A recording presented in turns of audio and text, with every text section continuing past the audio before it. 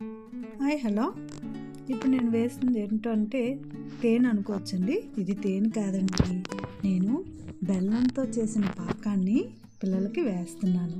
Sugar పేషెంట్లకి, పిల్లలకి మనం ఇలా బెల్లం పాకాన్ని మనం పాల్లో వేసి, హార్లిక్స్, పాలు, పంచదార కాకుండా ఈ బెల్లం పాకం వేసి పిల్లలకి ఒక్కొక్క స్పూన్ కలిపేసి పాల్లో కలిపిస్తే షుగర్ పేషెంట్లు కానీ పిల్లలు కానీ తాగితే చాలా మంచిదండి.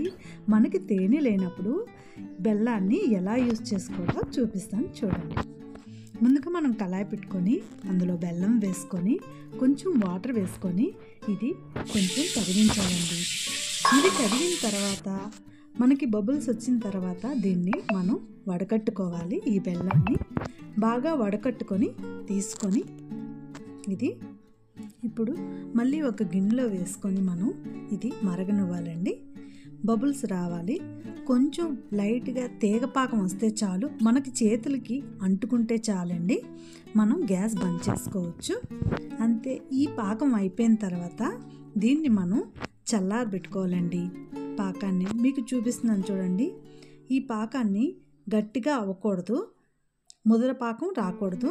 నేను చేతితోటి మనం ఇలా అంటించి చూడగానే మనకు తెలిసిపోతుంది కదండి. ఇది చల్లారిన తర్వాత ఈ పాకాన్ని ఇందులో వేసుకోవాలండి. ఇందులో వేసుకొని మనం ఫ్రిడ్జ్లో పెట్టుకున్నాం అనుకోండి. ఇప్పుడు జ్యూసుల్లో కానీ పాలల్లో కానీ ఎప్పుడైనా మనం పరమాన్నం వండేటప్పుడు డైరెక్ట్గా బెల్లం వేసేస్తుంటాం, అప్పుడు పాలు ఇరిగిపోతుంటాయండి. అలా కాకుండా ఇలా పాకం పెట్టి మనం ఈ పాకాన్ని పరమాన్నంలో వేసుకున్నాం అనుకోండి, ఇరగకుండా ఉంటుంది. నేను ఈ షుగర్ పేషెంట్లకి మాత్రం వాళ్ళు అస్సలు టీ అయితే తాగలేరు, చాలా ఇబ్బంది పడిపోతుంటారు టీ తాగడానికి, పాలు తాగడానికి. ఏమైనా ఫ్రూట్స్ కట్ చేసేటప్పుడు ఇలాంటి మనం బెల్లం పాకాన్ని మనం వేసి పెట్టామనుకోండి, వాళ్ళు చక్కగా తిను. పాకం చల్లారింది. ఈ చల్లారిన పాకాన్ని నేను ఇలాంటి ఖాళీ బాటిల్ తీసుకున్నాను కదండి, ఈ బాటిల్లో వేసుకుంటున్నాను.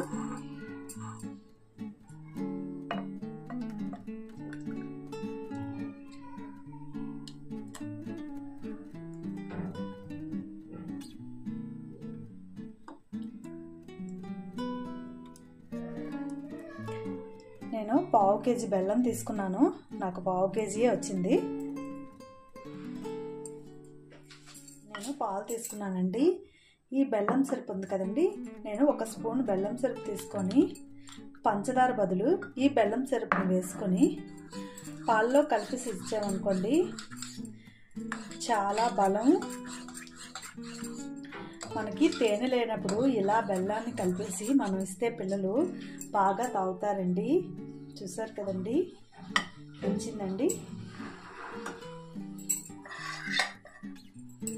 మనం ఇది మూత పెట్టుకొని ఫ్రిడ్జ్లో పెట్టుకున్నాం అనుకోండి, మనకి నిల్వ ఉంటుంది. మనం స్వీట్లు చేసేటప్పుడు కానీ ఇలా పరమాన్నం వండేటప్పుడు కానీ పాలల్లో కానీ ఇలా మనం కలుపుకొని చేసుకున్నాం అనుకోండి, పాలు కూడా ఎరగవు. టీ పెట్టుకునేటప్పుడు కూడా 1 స్పూన్ వేసిస్తే బాగుంటుంది.